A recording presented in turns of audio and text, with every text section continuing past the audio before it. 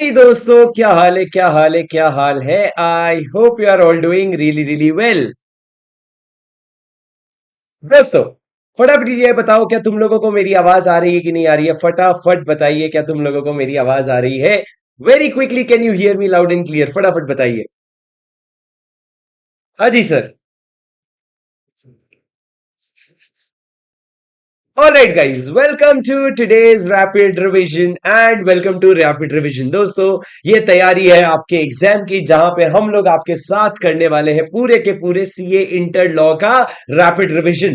दोस्तों, मेरे साथ आप लोगों को रैपिड रिवीजन करना है, पर मैं शुरू करने के पहले आप लोगों को मैक्सिमम 3 से 4 मिनट लेकर के बता देता हूं कि रैपिड रिवीजन की क्या खासियत है जो आप लोगों के लिए इंपॉर्टेंट है। सबसे पहले सर, रैपिड रिवीजन के दौरान प्लीज क्वेश्चन क्वेश्चन क्वेश्चन मत कीजिएगा, क्योंकि जब भी हम खाना खाते हैं तो हम एक बाइट एक बार में खाते हैं, पूरा खाना ऐसे करके ठूस नहीं जाते। तो दोस्तों, मैं क्वेश्चन आपको करवाऊंगा, मैं आपको एमसीक्यू करवाऊंगा, मैं सारी चीजें करवाऊंगा, पर मैं शुरू कहां से करूंगा? मैं शुरू करूंगा कंटेंट का रिवीजन करके। दोस्तों, आप लोगों को पता है कि आप लोगों को पढ़ करके अभी काफी समय हो गया जो आप लोगों ने क्लास में करा था, पर तुमको मैंने बोला था भाई आया है सब करा के जाएगा, और वही करवाने के लिए, अपना वादा पूरा करने के लिए मैं आप लोगों को अगले 15 दिन तक रोज शाम को 1 से 1.5 घंटा देने वाला हूं, जिसमें मैं आपको पूरा का पूरा आपका chapter by chapter law revise करवा के दूंगा।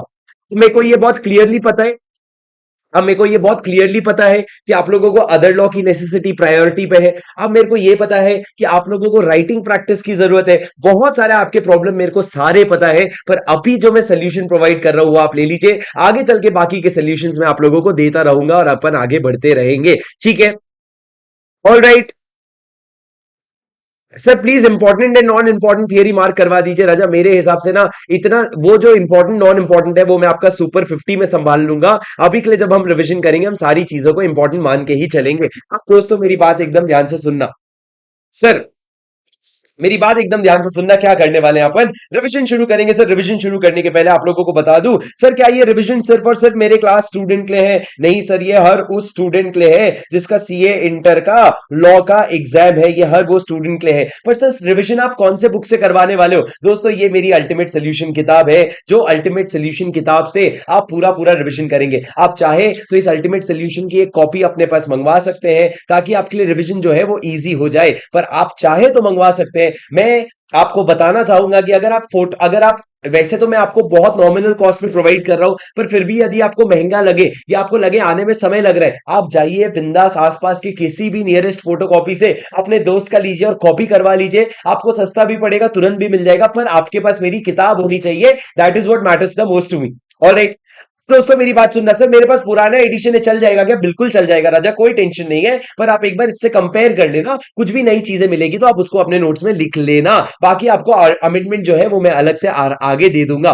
दोस्तों, कहां से लेना है सर समरी नोट्स? नीचे डिस्क्रिप्शन में आपको लिंक मिल जाएगा, आप वहां से जाके परचेज कर सकते हैं। अब दोस्तों, मेरी बात एकदम ध्यान से सुनना। सर, शुरू करते हैं बिना किसी वास के। हम क्या करने वाले हैं? हम लोग अपना रैपिड रिवीजन शुरू करने वाले हैं। सर, शुरू करेंगे चैप्टर नंबर 1 से, और करके हम आगे के हर चैप्टर को पूरा का पूरा रिवाइज करेंगे 1 बाय 1। मैं आपको पूरा डिटेल्ड शेड्यूल भी इसका नीचे डिस्क्रिप्शन में डाल के दे दूंगा। वो डिस्क्रिप्शन के हिसाब से आप मेरे साथ जुड़ सकते हो, और आने वाले 15 दिन में आपका ये रैपिड रिवीजन पूरा खत्म हो जाएगा। अब दोस्तों, मेरी बात एकदम ध्यान से सुनना, और प्लीज मेरे साथ चैट में एकदम माहौल की तरह इंटरेक्ट करते रहना। पर दोस्तों, अगर रिवीजन अभी नहीं, जहां पे आपको लगे ना हाँ यार मजा आ रहा है सर, मजा आ रहा है, वहां पे एक बार वीडियो को लाइक जरूर कर देना। दोस्तों, एक बात बता दूं, रिवीजन होने वाला है तो इसलिए आपको ये नहीं सोचना है मैंने अभी तक कुछ भी नहीं पढ़ा है, मैं आके बैठूंगा सब समझ में आ जाएगा। ये अगर आपने एक बार पढ़ा हुआ है तो आपको रिकलेक्ट करने के लिए हेल्प करेगा। दोस्तों, शुरू करते हैं बिना किसी देरी के चैप्टर नंबर 1 के साथ, प्रिलिमिनरी। सर, प्रिलिमिनरी चैप्टर जो है वो क्या कहता है? पहले तो आपके कंपनीज एक्ट का इंट्रोडक्शन है। इंट्रोडक्शन कहता है कि आपका कंपनीज एक्ट का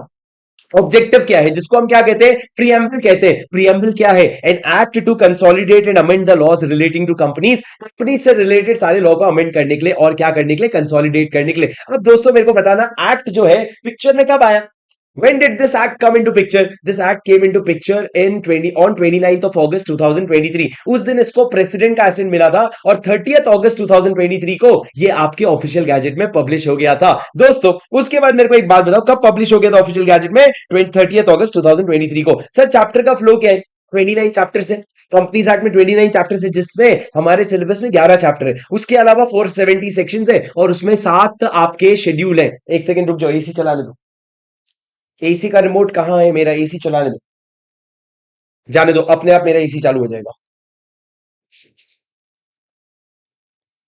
पता नहीं, देख लेंगे। मेरी बात सुनो सर, क्या कहा मैंने? मैंने आप लोगों से कहा कि आप लोगों का सेक्शन नंबर 1 से शुरू करते हैं। मेरी बात एकदम ध्यान से सुनना सर। सेक्शन नंबर 1 कहता है, 4 चीजों की बात करता है। Short title, extent, commencement, applicability. Short title, extent, commencement, applicability. Sir short title क्या है? शॉर्ट टाइटल है कंपनीज एक्ट।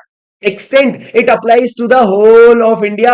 सर इंडिया के कौन से होल में अप्लाई करेगा? अबे होल ऑफ इंडिया, मतलब WHOLE। ठीक है, उसके बाद तीसरा कमेंसमेंट, कब से शुरू होगा? It will be applicable from the date appointed as per publication in the official gazette. जब आप ऑफिशियल गैजेट में उसको अपलोड करोगे ना, तो वहां पे आप डेट्स बताओगे, उस डेट्स के हिसाब से वो क्या हो जाएगा? एप्लीकेबल हो जाएगा। और सर किसको अप्लाई करता है? 3 पार्ट में मैंने डिवाइड किया था। पहला, कंपनीज इनकॉर्पोरेटेड इन इंडिया, जितने भी आपके इंडिया में अंडर दिस एक्ट और अंडर प्रीवियस लॉ जितने भी कंपनीज इनकॉर्पोरेट हुए हैं उसको अप्लाई करता है। दूसरा, सर दूसरा किसको अप्लाई करता है बताना जरा? 4 तरह की स्पेशल कंपनी है। Insurance company, banking company, electricity company और companies under any special act. ये चारों कंपनीज को भी अप्लाई करेगा as long as companies act is not inconsistent with such other act. मान लो फॉर एग्जांपल ये इंश्योरेंस कंपनी है, इसको इंश्योरेंस एक्ट भी अप्लाई करता है और कंपनीज एक्ट भी अप्लाई करता है, और इंश्योरेंस एक्ट और कंपनीज एक्ट में लड़ाई हो गई, तो ये समझ लेना इंश्योरेंस कंपनी के लिए इंश्योरेंस एक्ट उसकी घर वाली है और कंपनीज एक्ट बाहर वाली है। और सर जब दोनों में कलेश हो तो आप चुनते घर वाली को हो। तो सर इसलिए मैंने क्या कहा, insurance company, banking company, electricity company और कोई भी स्पेशल एक्ट वाली कंपनी में तभी तक एप्लीकेबल होगा जब तक वो इनकंसिस्टेंट नहीं है विद द मेन एक्ट। आपको मेरी बात समझ में आई? हाँ सर, समझे मेरी बात? Did you understand? पक्का? आगे बढ़े सर। उसके बाद लास्ट में किसको अप्लाई होता है? It applies to such body corporate as may be notified by the central government. Sir central government किसका नाम नोटिफाई कर रखा है? मेरी बात एकदम ध्यान से सुनना। सेंट्रल गवर्नमेंट ने food corporation of India, national highway authority of India, ये सारे बॉडी कॉर्पोरेट्स का नाम नोटिफाई कर रखा है कि आप लोगों को कंपनीज एक्ट अप्लाई होगा। दोस्तों ये क्या हो गया? ये लोगों को कंपनीज एक्ट अप्लाई होता है। मेरी बात ध्यान से सुनना, इधर देखो, मेरी आंखों में देखा कर, जब मैं बात करता हूं मैं वो लौंडा हूं जो तेरे साथ पढ़ता हूं। मेरी बात ध्यान से सुनना। सर मैंने क्या कहा? सबसे पहला, it applies to companies incorporated under this law और अंडर एनी प्रीवियस लॉ। दूसरा, insurance company, banking company, electricity company और any other company formed under any special act. और तीसरा, such other body corporate as may be notified, इनको companies act apply होता है। अब दोस्तों आगे बढ़ते हैं और अब हम करेंगे डेफिनेशन। सर डेफिनेशन में आपको पता है रेलेवेंट डेफिनेशन आगे आने वाले चैप्टर्स में आते जाएंगे, पर जो डेफिनेशन इंपॉर्टेंट है आपके लिए वो मैं आपको अभी करवाने वाला हूं। सर सबसे पहले हम लोग करेंगे एसोसिएट कंपनी और उसके साथ सब्सिडरी कंपनी और होल्डिंग कंपनी का डेफिनेशन। दोस्तों एसोसिएट कंपनी का डेफिनेशन क्या है? Associate company means a company, मेरी बात ध्यान से सुनो, associate company means a company in which such other company has significant influence. Significant influence होता है and but which is not a subsidiary, ये कोई सब्सिडरी कंपनी नहीं है। And it includes a joint venture. Sir 3 की points है, 3 की points है। पहला की पॉइंट क्या है? इट इज अ कंपनी, सुनना मेरी बात ध्यान से, it is a company which is a subsidiary which in which such other company has a significant influence. Sir बात करते हैं रिलायंस जियो के बारे में, और रिलायंस जियो ने किसमें इन्वेस्ट कर रखा है? एक कंपनी में, रिलायंस ओटीटी में। 50% इन्वेस्ट कर रखा है सर, 25%। अब सर लॉ क्या कहता है? आपकी रिलायंस ओटीटी जो है ना, वो रिलायंस जियो की एसोसिएट मानी जाएगी अगर पहला रिलायंस जियो का उसमें सिग्निफिकेंट इन्फ्लुएंस है। सर सिग्निफिकेंट इन्फ्लुएंस 2 तरीके से बनता है। पहला, या तो आपके पास 20% से ज्यादा वोटिंग पावर है।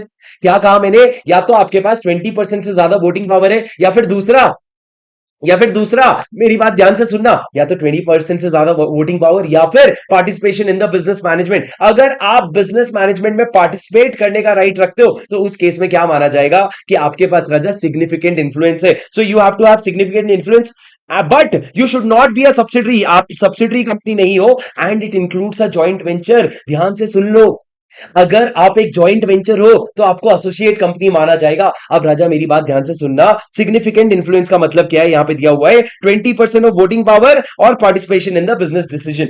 20% of voting power and participation in the business decision. उसके बाद दोस्तों जॉइंट वेंचर मतलब क्या? अगर आप जॉइंट अरेंजमेंट करते हो जहां पे 2 पार्टीज आते हैं और उन पार्टीज के पास उस एंटिटी का जॉइंट कंट्रोल है। सर जॉइंट वेंचर का डेफिनेशन आपको याद नहीं करना है, बस इतना याद रखना है कि जॉइंट वेंचर जो होता है वो एसोसिएट कंपनी होता है। अब दोस्तों क्या कहा, मैं फिर से समराइज कर दूं, एसोसिएट कंपनी में तीन कंडीशन। पहला, the other company has significant influence.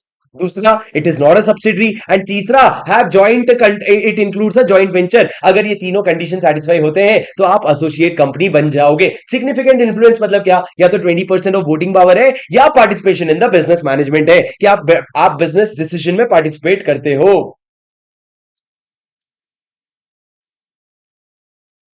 ओए, ग्रीन टी है भाई, कलर से तुम ऐसा ग्लास और कलर से कंफ्यूज, साक्षात ग्रीन टी है, गले के लिए अच्छा है, गिरनार का ग्रीन टी है, बिल्कुल भी गलत नहीं सोचना। ऑफिशियली लाइव में ये सब नहीं करूंगा मैं। तुम मेरे को जानते हो, ठीक है, गलत चीजें नहीं सर, मैंने क्या कहा, ये हो गया आप लोगों का एसोसिएट कंपनी। अब दोस्तों इसके बाद मेरी बात सुनना। सर क्या कहा मैंने, मैंने ये कहा कि आप लोगों का सर एसोसिएट कंपनी का डेफिनेशन हो गया। अब एसोसिएट कंपनी और सब्सिडरी कंपनी के लिए वापस आ जाओ, मेरी बात सुनो। एसोसिएट कंपनी और सब्सिडरी कंपनी के लिए एक चीज कॉमन है। क्या चीज कॉमन है सर? कॉमन ये है कि अगर आप कोई भी शेयर्स फिड्यूसरी कैपेसिटी में होल्ड करते हो, बोलो कौन सी कैपेसिटी में? फिड्यूसरी। बैठे बैठे बोल ही नहीं रहे हो घर में, एक बार बोलो तो सही, कौन सी कैपेसिटी में? फिड्यूसरी कैपेसिटी में होल्ड कर रहे हो ना, तो उस केस में आपका एसोसिएट या सब्सिडरी नहीं माना जाएगा, उसको काउंट नहीं किया जाएगा। Shares held in fiduciary capacity will not be counted for determining what subsidiary और एसोसिएट का रिलेशनशिप। सर ये हो गया आपके एसोसिएट कंपनी का पूरा पूरा डेफिनेशन। अब दोस्तों इसके बाद सीधा आ जाते हैं सब्सिडरी कंपनी के डेफिनेशन में। सर सब्सिडरी कंपनी कहां पे डिफाइंड होगा? सब्सिडरी डिफाइंड होगा 2 क्लॉज 87 में। सर सब्सिडरी कैसे बनते हो? अगर मैं एक कंपनी हूं तो मैं किसी कंपनी की होल्डिंग और उस कंपनी को अपनी सब्सिडरी कैसे बना सकता हूं? सब्सिडरी बनाने के लिए a company is said to be subsidiary in relation to any other company means a company in which such other company, मेरी बात ध्यान से सुनना, in which such other company has what? Number one, controls the composition of the board. क्या करता है? Control करता है कॉम्पोजिशन ऑफ बोर्ड। और what? Exercises more than half of the total voting power. आपका आधे से ज्यादा वोटिंग पावर आपके पास है, तो उस केस में भी क्या माना जाएगा? होल्डिंग और सब्सिडरी का रिलेशन। सर ये जो आधे से ज्यादा वोटिंग पावर है ना, it can either be on its own और थ्रू वन और मोर सब्सिडरी। या तो खुद से भी हो सकता है, या एक से ज्यादा सब्सिडरी से भी हो सकता है। तो सर मैं अगर यहां पे लिख के आपको बताऊं तो मेरी बात ध्यान से सुनना। ओए, मेरी बात ध्यान से सुनना, इधर देखो।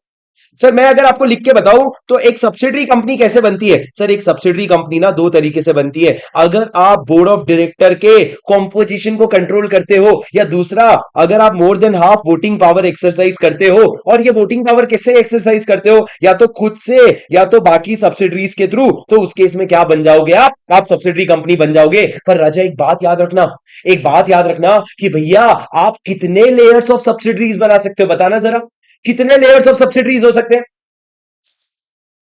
Sir you can have maximum 2 layers of subsidiaries. आपके 2 लेयर से ज्यादा सब्सिडरीज नहीं हो सकते राजा, मैक्सिमम 2 लेयर्स ऑफ सब्सिडरी होंगे। अब सर ये क्या हो गया? ये आपके सब्सिडरी कंपनी का बेसिक डेफिनेशन हो गया। सर मेरे को ये बताओ, आपने कहा controls the composition of board. Board के कंपोजिशन का कंट्रोल मतलब क्या?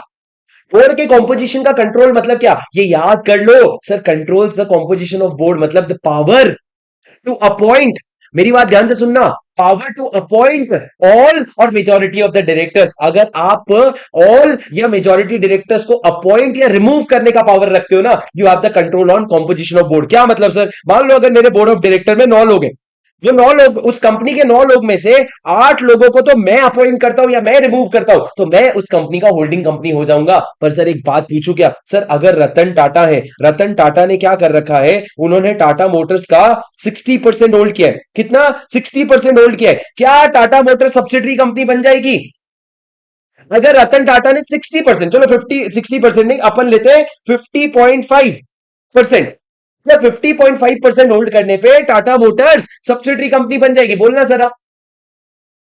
अरे ओए, नहीं बनेगी राजा। क्यों नहीं बनेगी सर? मोर देन हाफ में तो 50.5% आता है। अरे subsidiary company in relation to a company, मतलब तुम सब्सिडरी किसके हो गए? होल्डिंग कंपनी के। होल्डिंग इंडिविजुअल के नहीं, ऊपर वाला इंडिविजुअल होना नहीं, कंपनी होना जरूरी है। तो इसलिए सर यहां पे आप सब्सिडरी कंपनी नहीं बन सकते। इंडिविजुअल की कभी भी सब्सिडरी नहीं होती है। वेरी गुड, तुमको सब आता है पागल। अब मेरी बात सुनो सर, आगे बढ़ते हैं। दोस्तों सुनना, सर मेरे को एक बात बताओ, अगर ए लिमिटेड है, ए लिमिटेड ने अगर बी लिमिटेड का शेयर होल्ड किया, कितना 60% शेयर होल्ड किया, क्या बी लिमिटेड सब्सिडरी बन जाएगी? हाँ सर, बी लिमिटेड सब्सिडरी बन जाएगी। बी लिमिटेड ने सी लिमिटेड का कितना शेयर होल्ड किया? 100% शेयर होल्ड किया। क्या सी लिमिटेड बी लिमिटेड की सब्सिडरी है? क्या सी लिमिटेड जो है वो बी लिमिटेड की सब्सिडरी है? Yes sir. पर मेरा सवाल आपसे ये है, क्या सी लिमिटेड ए लिमिटेड की भी सब्सिडरी है? सर, ए लिमिटेड की है भी आप सब्सिडरी कहलाओगे क्या? यस सर, आप ए लिमिटेड की भी सब्सिडरी कहलाओगे। क्यों? क्योंकि सर अगर आप डायरेक्टली नहीं, अपने बाकी सब्सिडरीज के थ्रू भी अगर more than half voting power exercise करते हो तो आप डीम्ड सब्सिडरी माने जाते हो, तो इस केस में आप डीम्ड सब्सिडरी बन जाओगे। सर आपको मेरी बात समझ में आई? इनडायरेक्ट शेयर होल्डिंग है, पर इस केस में आप डीम्ड सब्सिडरी बन जाओगे। सर वही चीज यहां पे लिखा है, if the composition of the company shall be deemed to be controlled by another company, if that other company, नहीं ये नहीं, ये वाला पहला वाला, a company shall be deemed to be a subsidiary company of a holding company even if the control is of another subsidiary of the holding company। Holding company की जगह उसका कोई और सब्सिडरी है जो कंट्रोल कर रहा है, तो भी उसको डीम्ड सब्सिडरी माना जाएगा। जैसे मैं आपको एक प्रैक्टिकल एग्जांपल दूं सर, ये रिलायंस इंडस्ट्री है, वो होल्ड करती है रिलायंस जियो में कितना 60%, और रिलायंस जियो जो है उसकी एक सब्सिडरी है रिलायंस ओटीटी, जिसमें वो होल्ड करता है 100%। मेरे को बताओ, रिलायंस इंडस्ट्रीज लिमिटेड और रिलायंस ओटीटी के बीच में क्या रिलेशन है सर? ये रिश्ता क्या कहलाता है? सर ये रिश्ता कहलाता है होल्डिंग सब्सिडरी का। इसको कहते हैं deemed subsidiary of Reliance industries limited. Sir समझ में आया क्या? अब बस और नहीं समझा रहा भाई, रैपिड रिवीजन है। पहले तुम रैपिड रिवीजन में धीरे धीरे करके रैपिड हटा दोगे, देखना, फिर धीरे धीरे करके रिवीजन भी हटवा दोगे मेरे से। हाँ सर, और समझाओ, एक और एग्जांपल ले लो। तुमको तो कम ही पड़ता ना हमेशा।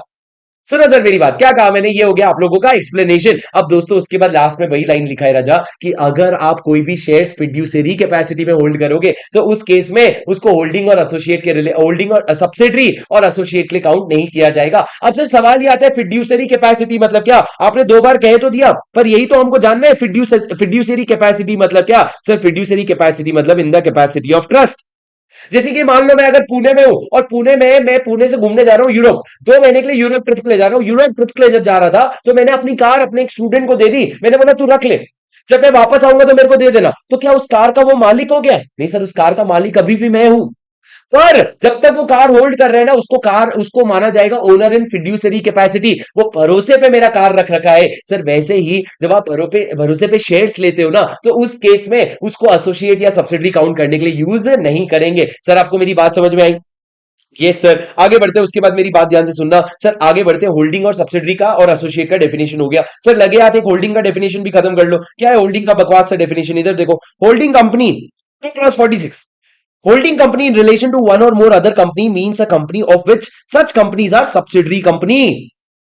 अगर मेरी कोई कंपनी सब्सिडरी है तो उसका मैं होल्डिंग हूं। वाह वाह वाह वाह, अच्छा किया बता दिया, हमको तो पता ही नहीं था। सर क्या कहते हैं, अगर मेरी कोई कंपनी सब्सिडरी है तो उसका मैं क्या हो गया? होल्डिंग हो गया। सर ये क्या हो गया? आपके होल्डिंग कंपनी का डेफिनेशन हो गया। अब राजा आगे बढ़ते हैं, मेरी बात एकदम ध्यान से सुनना। सर अगला डेफिनेशन हम क्या करेंगे? अगला डेफिनेशन हम करने वाले हैं, आपको एक चार्ट बना देता हूं। मेरे को बताओ सर, शेयर कैपिटल की बात करते हैं। सर शेयर कैपिटल का क्या स्ट्रक्चर होता है? सर सबसे पहले आता है आपका authorised share capital. Authorised share capital मतलब कितना मैक्सिमम शेयर कैपिटल आप इशू कर सकते हो। उसके बाद सर आप क्या करते हो? कुछ शेयर कैपिटल इशू करते हो, और उनमें से कुछ शेयर कैपिटल क्या होते हैं? सब्सक्राइब होते हैं, तो उनको हम कहते हैं issued and subscribe share capital. मान लो आपका 1000 करोड़ का ऑथराइज शेयर कैपिटल था, कितने का? 1000 करोड़ का। उसमें से आपने 500 करोड़ का क्या कर दिया? इशू कर दिया, और उतना ही 500 करोड़ क्या हो गया? सब्सक्राइब भी हो गया। तो ये हो गया issued and subscribe paid up share capital. उसके बाद दोस्तों, आपने जितना सब्सक्राइब करवाया ना 500 करोड़, पूरा एक बार में नहीं मंगवाओगे। मान लो आपने सिर्फ 300 करोड़ अभी मंगवाया, तो इसको कहते हैं कॉल्ड अप कैपिटल, और बचा हुआ 200 करोड़ आपने अभी तक नहीं मंगवाया है, तो इसको कहते हैं कॉल्स इन अरियर्स। है कि नहीं?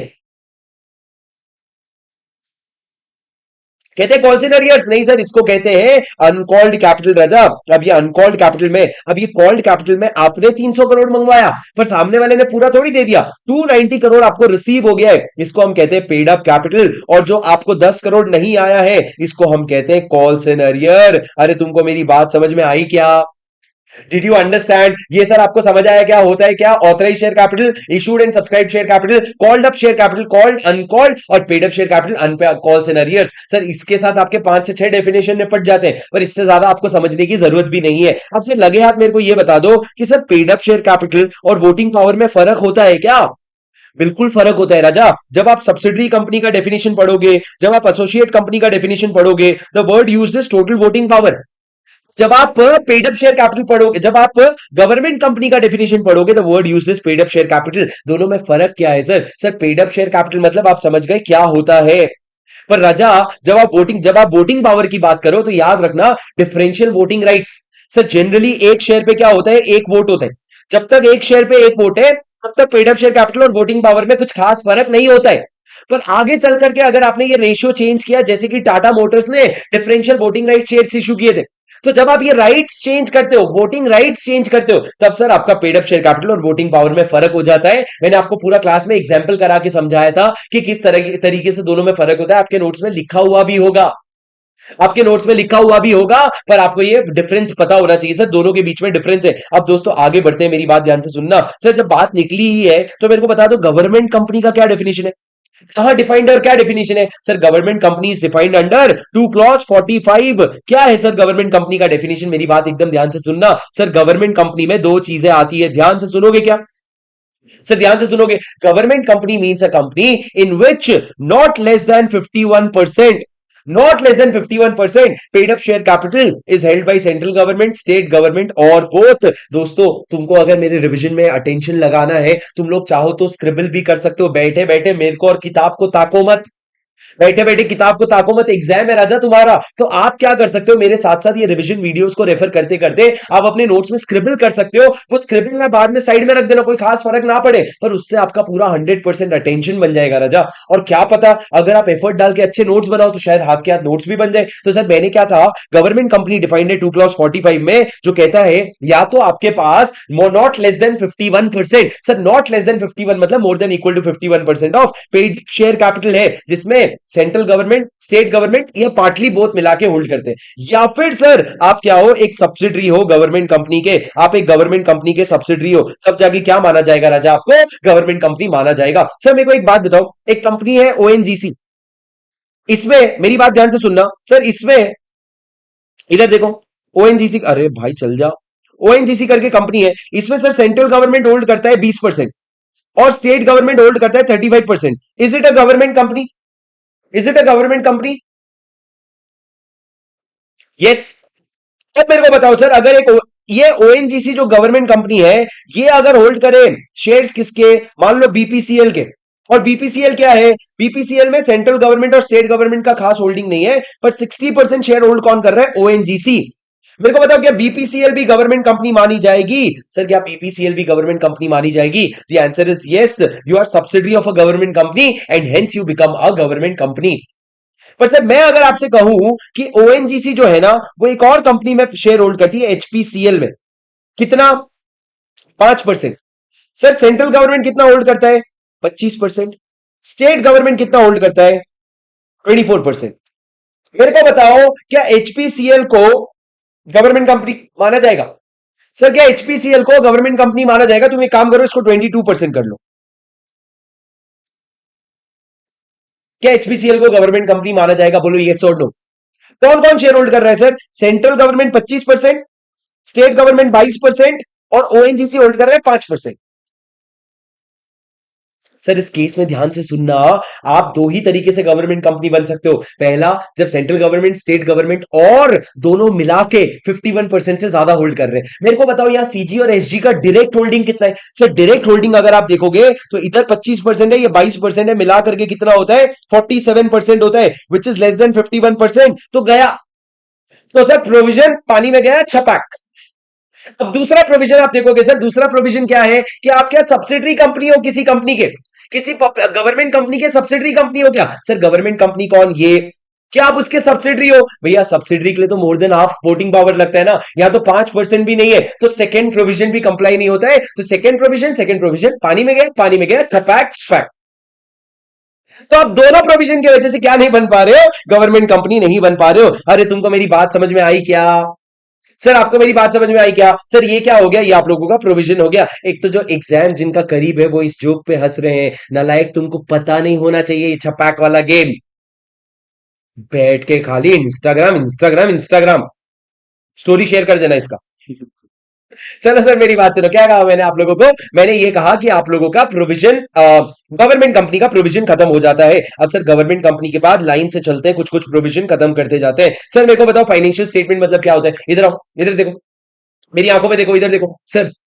आपका फाइनेंशियल स्टेटमेंट मतलब क्या? फाइनेंशियल स्टेटमेंट में पांच चीजें आती है, बोलो क्या? Balance sheet, PNL, cash flow statement. पहले सुन लो, balance sheet, PNL, cash flow statement, statement of changes in equity, बोलो क्या? सोकी, सोकी बोले तो statement of changes in equity. और पांचवा, explanatory notes annexed to the above statement.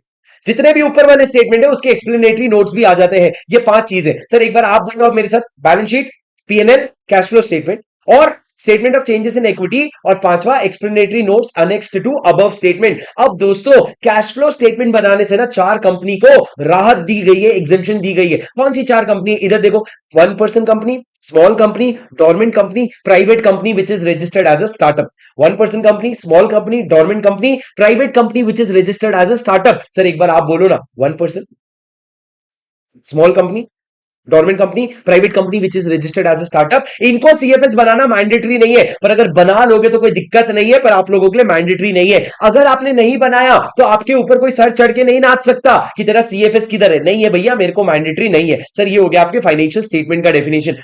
Financial year कहां डिफाइंड है? फाइनेंशियल ईयर डिफाइंड है 2 क्लॉज 41 में, फाइनेंशियल स्टेटमेंट 2 क्लॉज 40 में, और फाइनेंशियल ईयर 2 क्लॉज 41 में। सर फाइनेंशियल ईयर क्या कहता है? आपका 1 अप्रैल से 31 मार्च होता है जनरल।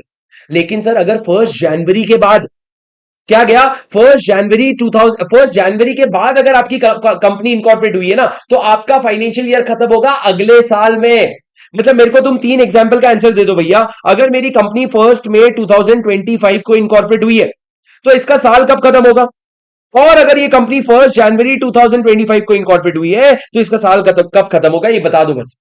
सर अगर आपकी कंपनी 1 मई 2025 को इनकॉर्पोरेट हुई है, तो इसका साल खत्म होगा 31 मार्च 2026।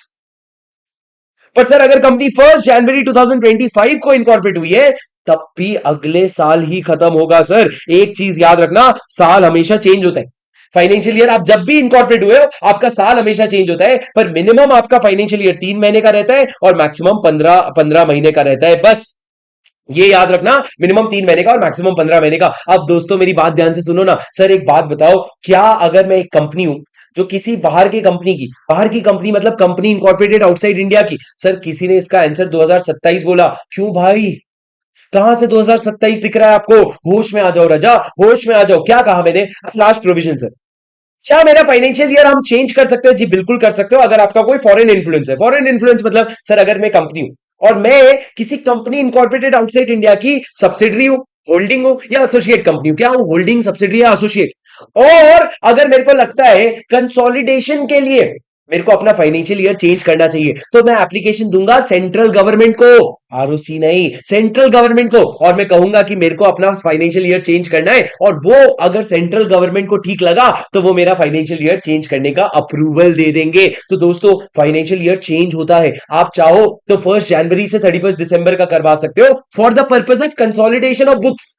तो दोस्तों यहां पे क्या लिखा है कि अगर आप एक ऐसे कंपनी या बॉडी कॉर्पोरेट हो, क्या हो सर? आप एक ऐसे कंपनी या बॉडी कॉर्पोरेट हो which is holding company, subsidiary or associate company of a company incorporated outside India and is required to follow a different financial year for consolidation of accounts, then the CG may on an application made by that company allow any period as its financial year. CG आपको financial year change करने दे देगा। Sir आपको ये समझ में आया क्या? Yes sir. ये क्या हो गया? ये आपका फाइनेंशियल ईयर हो गया। अब दोस्तों कुछ एक्स्ट्रा रिविजन, एक्स्ट्रा कॉन्सेप्ट भी याद कर लो। फ्री रिजर्व, हम लोग बार बार करते हैं कि फ्री रिजर्व में से डिविडेंड दे देना। Free reserve, sir free reserve मतलब क्या? फ्री रिजर्व मतलब that reserve which is available for distribution as dividend.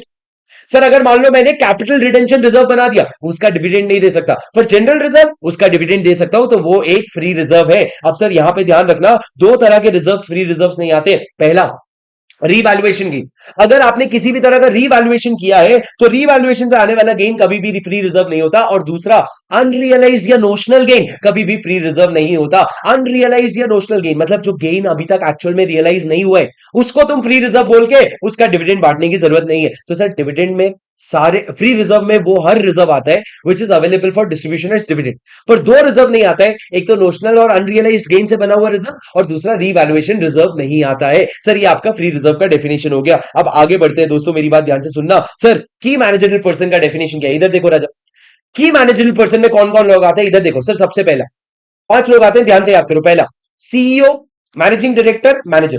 CEO, managing director, manager. दूसरा सीएफओ। तीसरा सीएस।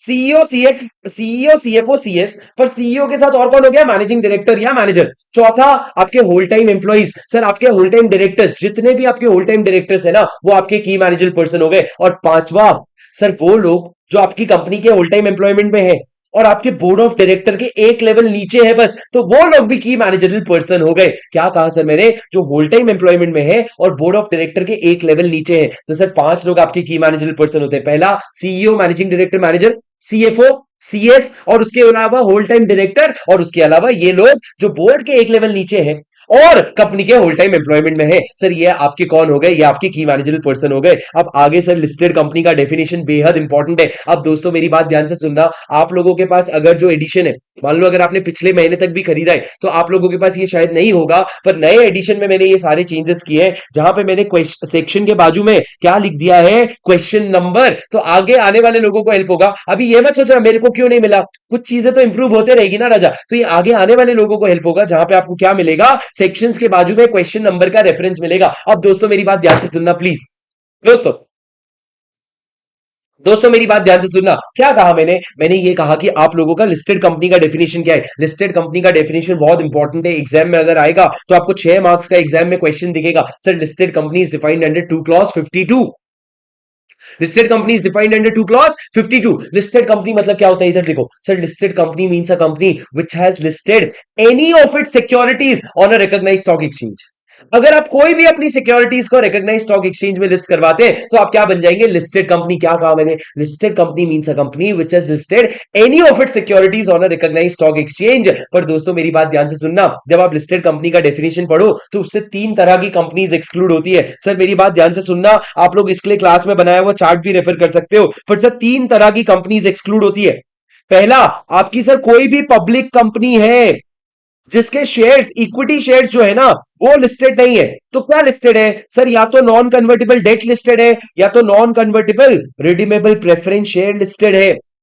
वो जो इन्होंने प्राइवेट प्लेसमेंट बेसिस पे इशू किया सेबी के रेगुलेशन के हिसाब से, तो आप लिस्टेड कंपनी नहीं कहलाओगे।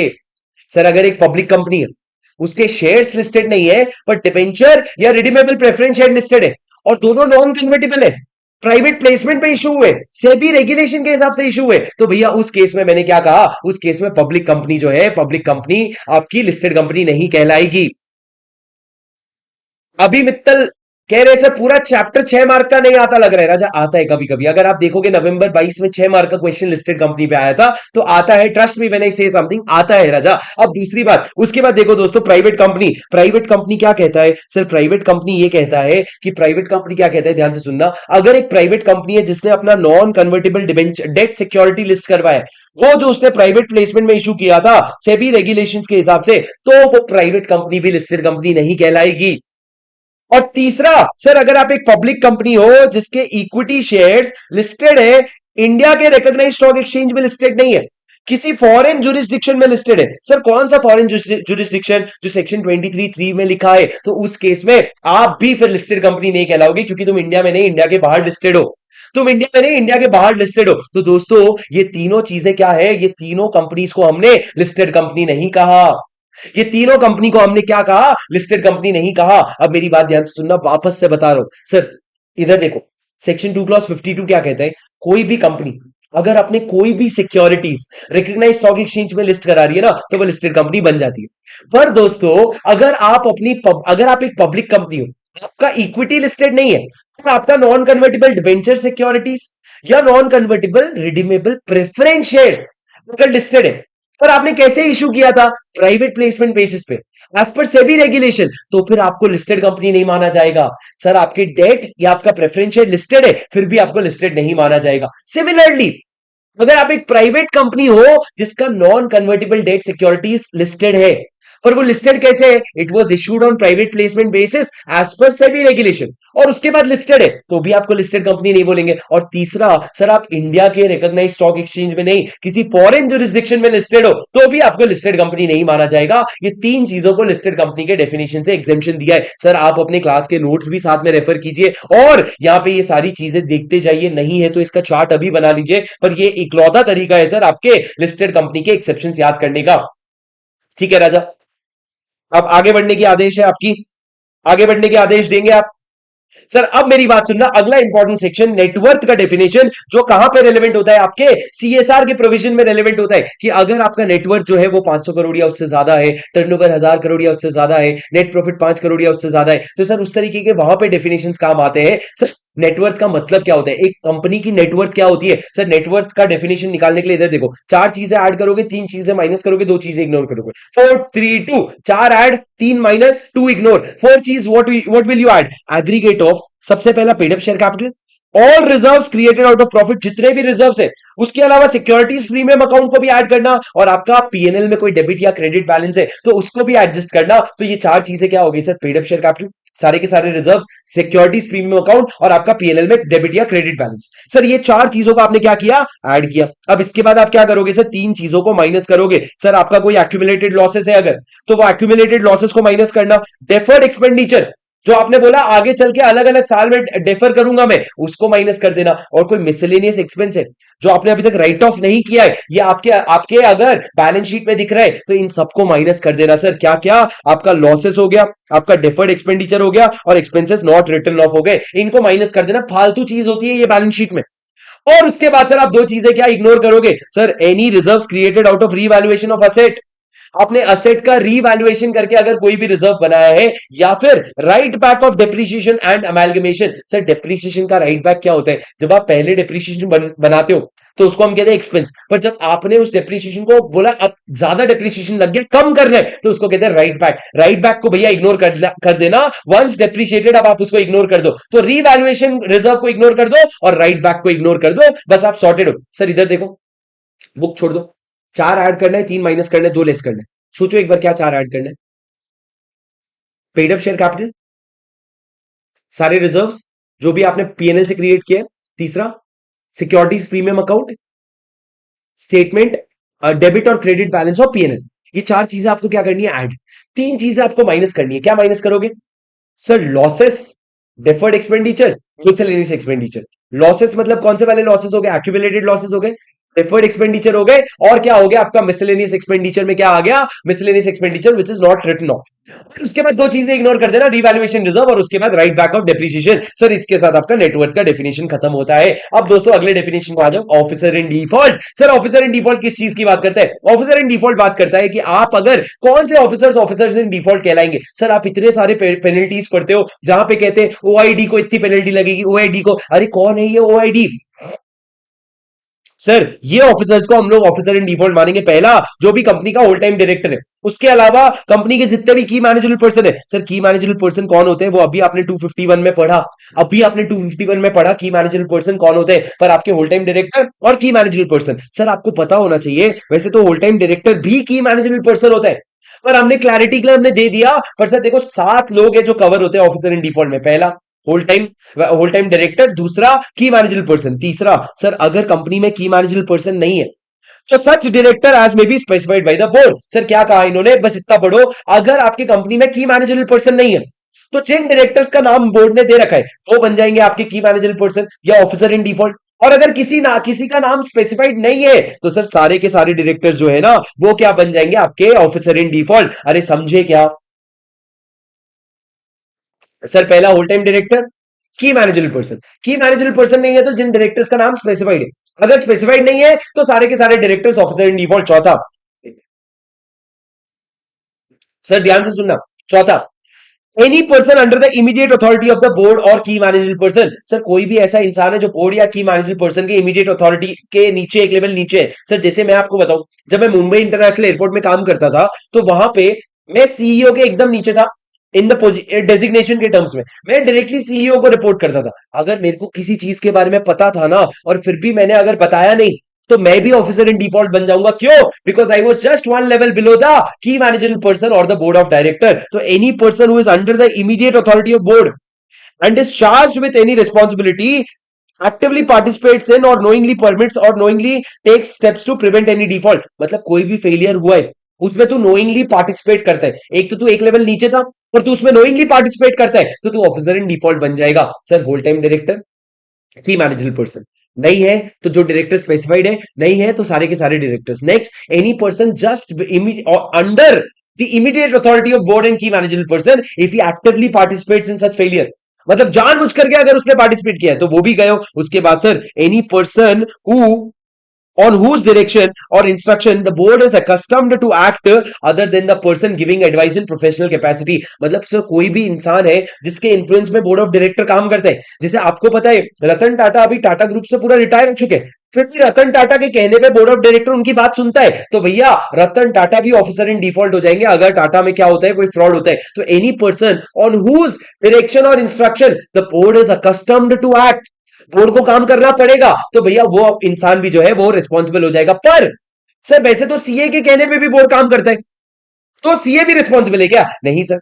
अगर वो एडवाइस जो है प्रोफेशनल कैपेसिटी में दे रहे हो तो ये प्रोविजन कवर नहीं होगा, प्रोफेशनल कैपेसिटी में दे रहे हो तो ये प्रोविजन कवर नहीं होगा। उसके बाद sir next point, every director who is aware of such contravention, जिसको इसके बारे में पता है हर वो डायरेक्टर रिस्पॉन्सिबल होगा। और लास्ट में सर तीन लोग आ जाते हैं सर, एक तो आपका शेयर ट्रांसफर एजेंट, आपका रजिस्ट्रार और आपके मर्चेंट बैंकर्स। ये तीनों भी कौन हो जाते हैं? रिस्पॉन्सिबल हो जाते हैं। कौन कौन? Share transfer agent, registrar, registrar मतलब आरओसी नहीं सर, रजिस्ट्रार मतलब रजिस्ट्रार टू इशू, और आपका मर्चेंट बैंकर, ये तीनों भी रिस्पॉन्सिबल हो जाते हैं अगर जरूरत पड़ी तो सर ये तीनों भी रिस्पॉन्सिबल हो जाते हैं। सात चीजें इधर देखो ओ भैया, होल टाइम डायरेक्टर, की मैनेजरल पर्सन, इतना तो लिख लेंगे सर। आगे की मैनेजरल पर्सन नहीं है तो जिन डायरेक्टर का नाम है, किसी का नाम नहीं है तो सारे के सारे डायरेक्टर्स। सिर्फ डायरेक्टर्स नहीं, सुनो फोर्थ पॉइंट, डायरेक्टर के एक लेवल नीचे जो बंदा है अगर वो भी अवेयर है तो वो भी रिस्पॉन्सिबल हो जाएगा। बोर्ड ऑफ डायरेक्टर को चला एक लेवल नीचे हो गई है, अब एक लेवल ऊपर देखो, डायरेक्टर जिसके एडवाइस या इंस्ट्रक्शन पे काम करने के लिए अकस्टम्ड है वो इंसान भी रिस्पॉन्सिबल होगा unless he is acting in professional capacity. इसके अलावा हर वो डायरेक्टर जिसको कॉन्ट्रावेंशन का नॉलेज था वो भी रिस्पॉन्सिबल हो जाएगा। और लास्ट में आपके share transfer agent, registrar to issue और मर्चेंट बैंकर, ये सारे लोग जो है वो रिस्पॉन्सिबल हो जाएंगे। सर देखो ऑफिसर इन डिफॉल्ट पे क्वेश्चन नंबर 6 है आपके क्वेश्चन बैंक का। अब आगे देखो दोस्तों, उसके बाद मैंने क्या कहा, उसके बाद आपके लिए रेलेवेंट क्या है, प्राइवेट कंपनी और पब्लिक कंपनी। बहुत आसान है सर, इधर देख लो।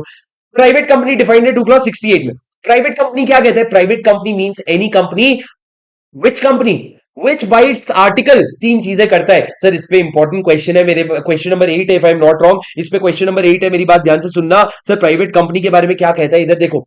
सर प्राइवेट कंपनी के बारे में कहते हैं, private company means a company in which, please सुनो सर, private company means a company which in its articles does 3 things. पहला, restricts the transfer of shares, कि तुम शेयर्स इतनी आसानी से ट्रांसफर नहीं करोगे। दूसरा, limits the number of members to 200 except in case of 1 person company. आपके मैक्सिमम मेंबर्स 200 ही होंगे, बट दोस्तों जब आप 200 का लिमिट, और अच्छा, और तीसरा पॉइंट सर, तीसरा पॉइंट ये है, prohibits invitation from public to subscribe to any securities of the company. तू अपने कोई भी सिक्योरिटीज को पब्लिक को नहीं बेचेगा, तब जाके तू क्या बनेगा, public private company. Sir 3 point, restrict, limits और क्या, प्रोहिबिट्स। रेस्ट्रिक्ट्स क्या, रेस्ट्रिक्ट्स ट्रांसफर ऑफ शेयर्स।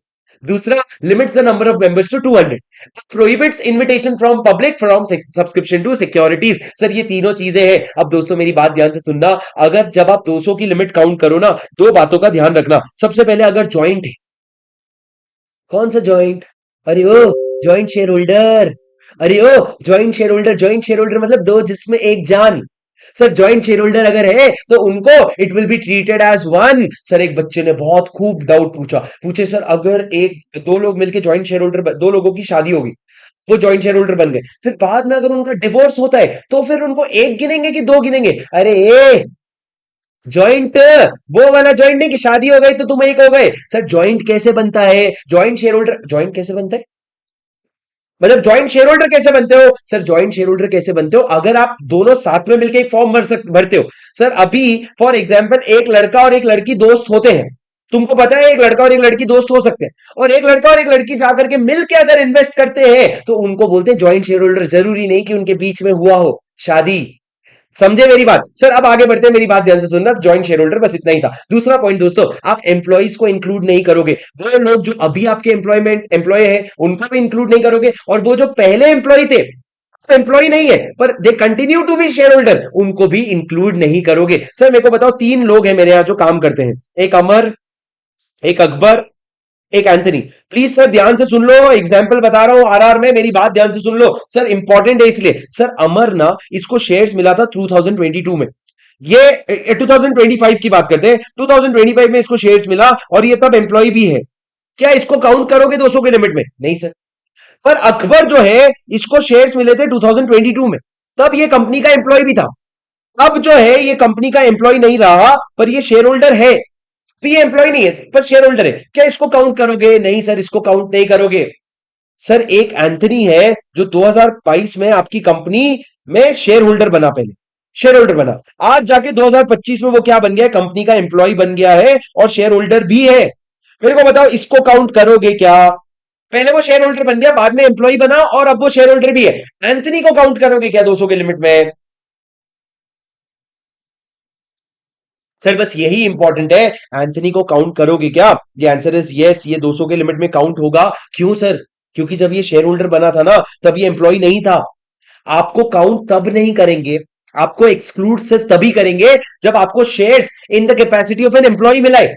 यहां पे तो तुम एम्प्लॉय थे भी नहीं ना, तुमको शेयर्स मिल गए थे, तो तू काउंट होगा भाई। सिर्फ उनको माफ करना जो एम्प्लॉयज थे जब उनको शेयर मिला था। सर ये आपका पूरा का पूरा प्राइवेट कंपनी का डेफिनेशन है। अब सर प्राइवेट कंपनी के साथ हाथ के हाथ पब्लिक कंपनी भी हो जाता है। पब्लिक कंपनी डिफाइंड है 2 क्लॉज 71। क्या कहता है public company? Public company means a company other then, अरे बोलो बोलो बोलो, कुछ तो बोलो, मुंह तो खोलो। Sir public company means a company other than private company. And इसमें डीम्ड पब्लिक कंपनी का एक कॉन्सेप्ट होता है, the company which is subsidiary of a public company will be deemed to be a public company even if it continues to be private as per its article, even if it continues to be private as per its article. Sir क्या मतलब है? आज अगर एक company है जिसका नाम है रिलायंस जियो प्राइवेट लिमिटेड, सर इसके ना अगर आप आर्टिकल ऑफ एसोसिएशन उठा के देखोगे तो एक रेस्ट्रिक्शन है, एक लिमिट है और एक प्रोहिबिशन है। क्या रेस्ट्रिक्शन है? It restricts the transfer of shares, it limits the number of members to 200 and it prohibits invitation from public for subscription to securities। पर सर ये जो रिलायंस जियो प्राइवेट लिमिटेड है ना, ये रिलायंस इंडस्ट्रीज की सब्सिडरी है और रिलायंस इंडस्ट्री जो है ये एक पब्लिक कंपनी है। तो लॉ ने बोला, ओए जियो, ओए जियो तू दिल से, ए जियो, ए जियो तू दिल से भले आर्टिकल, तू दिल से भले प्राइवेट कंपनी होगा, पर तेरे को लॉ के पर्पस के लिए क्या माना जाएगा पता है? तेरे को पब्लिक कंपनी माना जाएगा। तू अपने आर्टिकल से, तुम अपने नाम से प्राइवेट हो, पर कंप्लायंस के लिए you will be deemed to be a public company. अरे तुमको झेपा क्या? समझला का है? तुमको समझा क्या? समझा सर? सर ये हो गया आपका पब्लिक कंपनी का डेफिनेशन। अब दोस्तों इसके बाद आ जाते हैं, दो तीन और डेफिनेशन पढ़ते हैं, बस तीन डेफिनेशन और बचा है, बाकी खत्म हो गया। सर पहले पढ़ते हैं स्मॉल कंपनी का डेफिनेशन। सर स्मॉल कंपनी का डेफिनेशन क्या है राजा? इधर ध्यान से सुनो मेरी बात दोस्तों। What is the definition of a small company? What is the definition of a small company? Please listen to me very carefully. Sir, small company means a company which is other than public company. Public company कभी भी small company नहीं हो सकता, सिर्फ private company small company होगा। Having paid up share capital not exceeding 4 crores and turnover not exceeding 40 crore rupees. मतलब आपका paid up share capital 4 crore या उससे कम होना चाहिए, टर्नओवर 40 करोड़ या उससे कम होना चाहिए, तब जाके तीनों कंडीशन मीट होंगे ना, तब जाके आप क्या बनोगे? Small company. मतलब आप एक प्राइवेट कंपनी हो, पेड अप शेयर कैपिटल कम है, टर्नओवर कम है। पर दोस्तों मेरी बात ध्यान से सुनना, तीन कंपनीज ऐसे हैं जो कभी भी स्मॉल कंपनी नहीं बनेंगे। और आपको पता है इसी कॉन्सेप्ट पे, आपको पता है इसी कॉन्सेप्ट पे आपके बहुत सारे क्वेश्चंस आने वाले हैं दोस्तों। पसंद आ रहा है तुमको? समझ आ रहा है मैं क्या बोल रहा हूं? Are you getting what I am trying to say here? Sir मैं आपको बोल रहा हूं, मेरे को पीछे खींचने की जगह you will have to match my pace. अगर मेरी पेस मैच करोगे तभी जाके एग्जाम के पहले 100% रिविजन होगा, वरना नहीं होएगा। अब मैं, आप आज का सोच रहे हो, मैं एग्जाम का सोच रहा हूं, भैया मेरी पेस आपको मैच करनी पड़ेगी। उम्मीद है आपको पसंद आ रहा है। वीडियो लाइक करके मेरे को बताओ कितने लोगों को समझ में आ रहा है। वीडियो लाइक जरूर कर देना। सर हे भगवान, जो भी इस वीडियो को लाइक करेगा उसको प्लीज आप अपने तरफ से दो दो नंबर दे देना ग्रुप 1 के सारे सब्जेक्ट में, भगवान प्लीज। टीचर की दुआ लगती है। सुनो मेरी बात सर, क्या चाहता है तुम्हारा? हाँ सुनो मेरी बात सर, मैंने क्या कहा? मैंने ये कहा कि आप लोगों को स्मॉल कंपनी के डेफिनेशन में से तीन लोग एक्सक्लूड होते हैं। कौन तीन लोग एक्सक्लूड होते हैं? सर पहली बात ध्यान से सुनना। सर पहली बात, आपके होल्डिंग और सब्सिडरी कंपनी एक्सक्लूड हो जाते हैं। होल्डिंग और सब्सिडरी कंपनी सारे के सारे एक्सक्लूड हो जाते हैं। दूसरा, आपके सारे के सारे सेक्शन 8 कंपनी एक्सक्लूड हो जाते हैं और स्पेशल एक्ट में बने हुए सारे कंपनीज भी एक्सक्लूड हो जाते हैं। अरे ओए राजू, तीन लोग एक्सक्लूड हो गए। ये तीन लोग चाह के भी सब्सिडरी, ये तीन लोग चाह के भी स्मॉल कंपनी नहीं बन सकते। होल्डिंग और सब्सिडरी, सेक्शन 8 कंपनी और आपका स्पेशल एक्ट वाला कंपनी। आपका आईसीआई इतनी प्यारी चीज है ना, मैं क्या बताऊं। सुनो क्या क्वेश्चन बनाएगा, बोलेगा एक कंपनी है एच लिमिटेड, उसकी एक सब्सिडरी है एस लिमिटेड। अब एस लिमिटेड बेचारी बहुत गरीब है, ये एक एस प्राइवेट लिमिटेड है। पहले तो बोलेगा एस प्राइवेट लिमिटेड है, फिर बोलेगा बेचारी बहुत गरीब है, इतना नुकसान हो रहा है ना, पेड अप शेयर कैपिटल उसका सिर्फ 1 करोड़ का है, टर्नओवर उसका सिर्फ 5 करोड़ का है। बोलो उसको स्मॉल कंपनी का बेनिफिट दे दे, क्या उसकी जिंदगी सुधर जाएगी? अरे बह मत जाना, फीलिंग्स में ना बह मत जाना। Sir it is a subsidiary of any other company, it can never be a small company. आपको स्मॉल कंपनी वाला बेनिफिट नहीं मिलेगा, आप इसको छोड़ दो। आपको स्मॉल कंपनी वाला बेनिफिट नहीं मिलेगा। अरे आपको मेरी बात समझ में आई क्या? ये सर ये क्या हो गया, ये आप लोगों का स्मॉल कंपनी का पूरा डेफिनेशन हो गया। अब दोस्तों मेरी बात सुनो, स्मॉल कंपनी का जो बेयर एक्ट में डेफिनेशन दिया हुआ है, उसमें पेड अप शेयर कैपिटल और टर्नओवर प्रिस्क्राइब करने का एक रेंज दिया। तुमको याद होएगा तो याद कर लेना, नहीं होएगा तो जाने देना। मैं बता देता हूं रेंज क्या है sir. Paid up share capital जो है वो सेंट्रल गवर्नमेंट प्रिस्क्राइब करेगा। कितना होना चाहिए? 50 लाख से 10 करोड़ के बीच में कोई नंबर होना चाहिए। और टर्नओवर भी सेंट्रल गवर्नमेंट प्रिस्क्राइब करेगा, जो 2 करोड़ से 100 करोड़ के बीच में नंबर होना चाहिए। अब सर सेंट्रल गवर्नमेंट ने पेड अप शेयर कैपिटल के लिए 4 करोड़ चुना और टर्नओवर के लिए 40 करोड़ चुना। सर ये सेंट्रल गवर्नमेंट को पावर दिया गया था। तो आपको ये 50 लाख 10 करोड़ ये सब याद नहीं आएगा सर एग्जाम में। आप 4 करोड़ और 40 करोड़ याद करो, इतना काफी है। पर रेंज क्या है sir? The paid up share capital shall not exceed 50 lakh rupees और such higher amount as CG may prescribe which shall not exceed 10 crore rupees and the turnover shall not exceed 2 crore rupees और such higher amount as CG may prescribe which shall not exceed 100 crore rupees. ऐसा definition जो है वो दिया हुआ है sir. अब उसके बाद आ जाते हैं हमारे सेकंड लास्ट डेफिनेशन पे। सर सेकंड लास्ट डेफिनेशन क्या है आपके रिलेटिव का? रिलेटिव मंजे का सर, रिलेटिव मतलब मेरी ताई मेरी चाची रिलेटिव। रियलिटी में जो रिलेटिव वही यहाँ पे रिलेटिव। मेरी बात सुनना ध्यान से, पापा आप लोग मत देखा करो ये सब वीडियो, घर की बात नहीं है ये। मेरी बात सुनो सर, क्या कहा मैंने? रिलेटिव के डेफिनेशन में कौन कौन आता है, इधर ध्यान से देखना। सर रिलेटिव के डेफिनेशन में अगर ये एक इंसान है तो सिर पे बैठी हुई इसकी स्पाउस, सिर पे बैठा हुआ इसका स्पाउस, उसके अलावा sir father mother, brother sister, son daughter, son की वाइफ, डॉटर्स हस्बैंड। अरे वो सन की वाइफ मतलब सन की वाइफ नहीं बेवकूफ, मतलब वो वाला नहीं भाई, सन की वाला। सन की वाइफ मतलब सन्स वाइफ, डॉटर्स हस्बैंड। तो सर ये आपके किस में आते हैं? ये आपके सारे के सारे रिलेटिव में आते हैं। बोलो कौन कौन आता है सर? देखो आपके spouse, father mother brother sister, son daughter, son's wife, daughter's husband. मतलब बेसिकली तुम्हारे दोस्त के घर में जो भी जो जिन जिन लोगों को गाली देते हो ना तुम, वो उनके रिलेटिव है भाई। तुमने कभी ऐसे दोस्त के ताई जी को चाची को ताऊ जी को ऐसे गाली दिया कि नहीं? तो जिसको जिसको गाली देते हो ना वो सारे रिलेटिव्स होते हैं सर। अब दोस्तों मेरी बात ध्यान से सुनना। अब आप देखो इसमें स्टेप भी आते हैं sir, step father, step mother, step brother, step sister, step सन, स्टेप डॉटर नहीं आते सर। इन्होंने स्टेप डॉटर को इंक्लूड नहीं किया। सो इतनी बुरी सोचे इनकी, क्या बताए। पर सर इन्होंने स्टेप डॉटर को नहीं लिया। किसी की अंदर से इच्छा हो रही है सर, मेरे को एक बात समझ में नहीं आई, स्टेप वाइफ और स्टेप हस्बैंड क्यों नहीं लिया? तू ना गूगल जाके गूगल कर कि स्टेप क्या होते हैं, और तू उसको बोलना गूगल को कि भैया तू मेरे को टेक्स्ट में रिप्लाई कर, only in text you reply me what is step. तो वो तेरे को समझाएगा कि भैया स्टेप वाइफ नहीं हो सकते। ठीक है, कॉन्सेप्ट चल जाएगा। गूगल बोलेगा भाई क्या हो गया है तेरे को? सर स्टेप वाइफ नहीं हो सकते। और similarly step son's wife, step daughter's husband, ये सारी चीजें नहीं आती। आप डब्बे देख लो, वो लोग सिर्फ स्टेप में आते हैं। सर आपको मेरी बात समझ में आई क्या? ये हो गया आपका पूरा का पूरा प्रोविजन। अब दोस्तों आगे बढ़ते हैं और आखिरी डेफिनेशन पढ़ने की कोशिश करते हैं रिलेटेड पार्टी की। सर रिलेटेड पार्टी में ना एक क्वेश्चन आपके क्वेश्चन बैंक में दिया हुआ है, तो हम लोग बस एक बार हल्का हल्का पढ़ लेते हैं सर। एग्जाम में याद रहेगा तो ठीक है, नहीं तो भगवान भगवान संभाल लेगा। पर एक बार याद करने की कोशिश कर लो।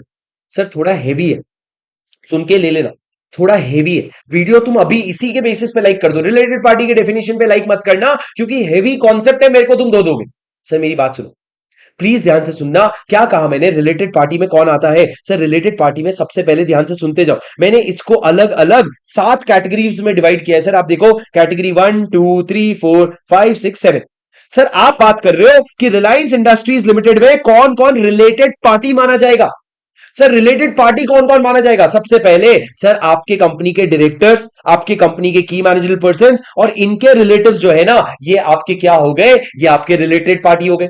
मतलब सर रिलायंस इंडस्ट्रीज में जितने भी डायरेक्टर्स हैं, जितने भी की मैनेजर पर्सन हैं और उनके जितने भी रिश्तेदार हैं, वो सारे क्या हो गए आपके रिलेटेड पार्टी। मतलब रिलायंस में मुकेश अंबानी रिलेटेड पार्टी, और उसके सारे रिलेटिव ईशा अंबानी, आकाश अंबानी, अनंत अंबानी, सारे के सारे रिलेटेड पार्टी हो गए सर। ये हो गया पर्सन, मतलब इंसानों में कौन रिलेटिव है, रिलेटेड पार्टी है, ये हो गए। उसके बाद सर फर्म कौन सी रिलेटेड पार्टी कहलाएगी? रिलायंस इंडस्ट्रीज एक तरफ, दूसरी तरफ कोई फर्म है, वो फर्म रिलेटेड पार्टी कब कहलाएगी? अगर सर आपकी कंपनी का डायरेक्टर, मैनेजर या उसका कोई रिलेटिव इस फर्म में पार्टनर है, तो वो फर्म भी आपकी क्या बन जाएगी? रिलेटेड पार्टी बन जाएगी। मतलब सर मान लो एक तरफ है रिलायंस इंडस्ट्रीज लिमिटेड, दूसरी तरफ एक फर्म है जिसमें पार्टनर कौन है पता है? फर्म में पार्टनर है हमारे मुक्कू भाई। मुक्कू भाई, तो भैया अगर फर्म में मुक्कू भाई पार्टनर है, मतलब तुम्हारी कंपनी का डायरेक्टर इस फर्म में पार्टनर है, तो ये फर्म और तुम क्या बन गए? रिलेटेड पार्टी बन गए। सर आप अपने अकाउंट्स में देखते होगे कि रिलेटेड पार्टी ट्रांजैक्शन से फ्रॉड होता है, रिलेटेड पार्टी ट्रांजैक्शन रिस्क होते हैं। तो रिलेटेड पार्टी ट्रांजैक्शन अंडरस्टैंड करने के लिए रिलेटेड पार्टी समझना जरूरी है।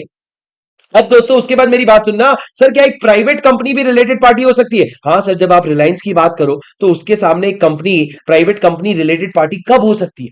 सर अगर आपका कोई डायरेक्टर, मैनेजर या रिलेटिव, शुरू से यही चल रहा है, डायरेक्टर, मैनेजर या रिलेटिव जो है, अगर वो उस प्राइवेट कंपनी में मेंबर है या डायरेक्टर है, अगर वो उस प्राइवेट कंपनी में मेंबर है या डायरेक्टर है, तो वो प्राइवेट कंपनी भी आपकी रिलेटेड पार्टी बन जाएगी। कैसे सर? अगर ये रिलायंस इंडस्ट्रीज लिमिटेड है और आपकी कंपनी का एक डायरेक्टर जो है वो इस रिलायंस जियो प्राइवेट लिमिटेड में क्या करता है, रिलायंस जियो प्राइवेट लिमिटेड में खुद डायरेक्टर है या खुद मेंबर है, तो भैया आप दोनों एक दूसरे को इन्फ्लुएंस कर सकते हो ना, इसलिए हमने कहा तुम दोनों के बीच में रिलेटेड पार्टी एस्टैब्लिश हो जाता है। अरे तुमको मेरी बात समझ में आई क्या?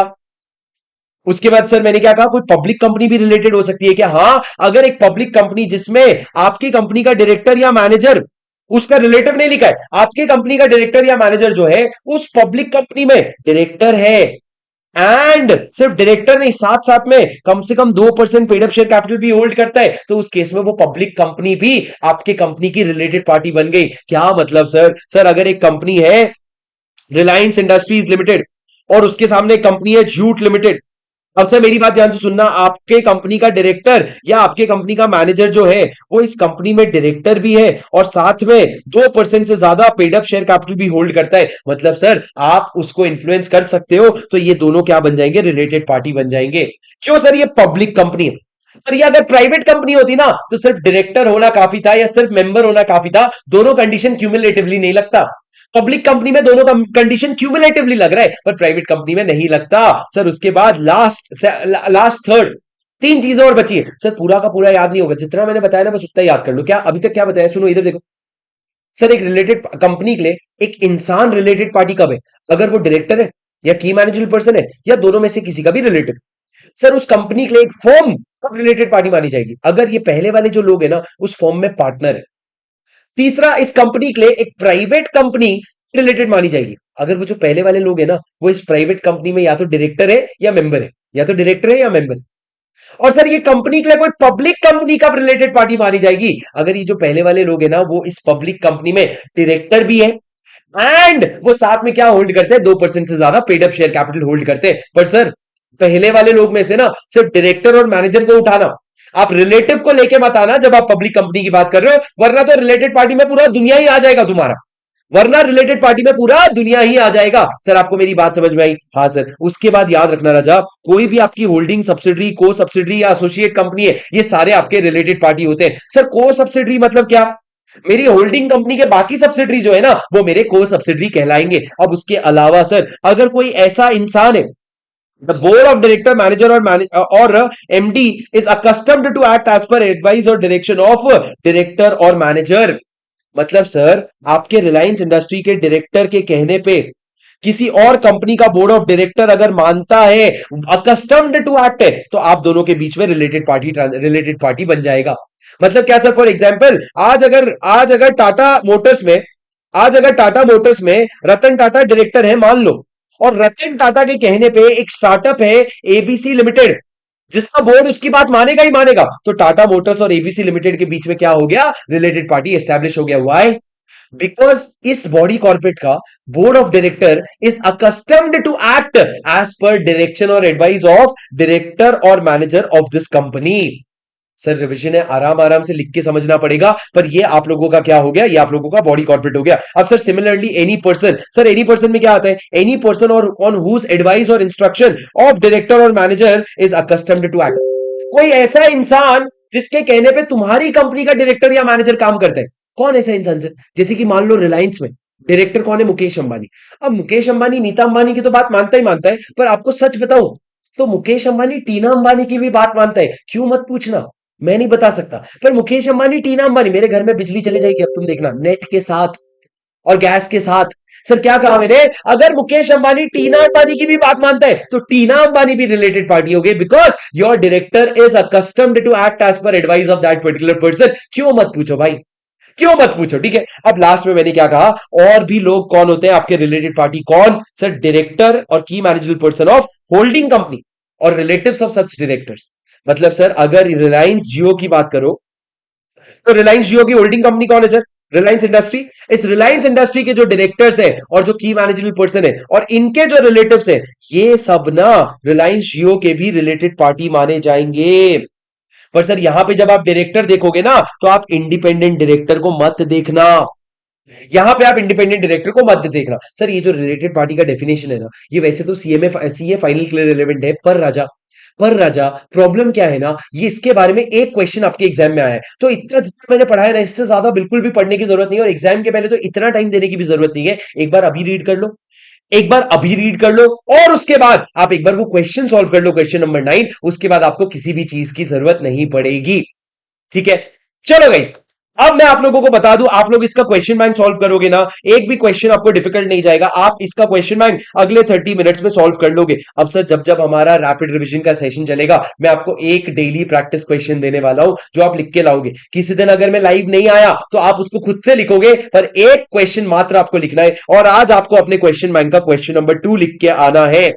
आज आपको आपके क्वेश्चन बैंक का क्वेश्चन नंबर 2 लिख के आना है, जो बहुत ही बेहतरीन क्वेश्चन है कॉन्सेप्चुअली। आपको क्वेश्चन नंबर 2 बस लिख के आना है, और बाकी क्वेश्चन सारे आप सॉल्व कर लो, आपका पूरा चैप्टर खत्म हो जाएगा, ठीक है। सर क्वेश्चन बैंक का क्वेश्चन 2 आप एक बार दिखा देंगे क्या? हाँ सर बिल्कुल दिखा देंगे।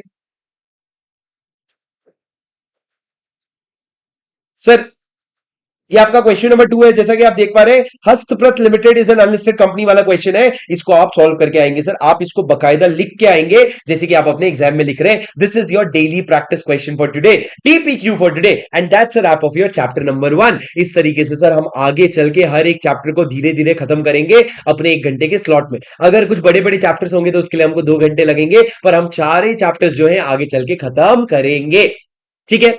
Chalo guys, that's it for today. I will see you all tomorrow for the next session. Until then, take care and do make sure that you share this video with all your friends who are referring for CA Inter, और उनको बता देना कि भाई आया है, सब करा के जाएगा, ठीक है। मिलता हूं आपसे अगले वीडियो में। Until then, take care. This is your CA buddy Shubham Singhal signing off. Bye bye.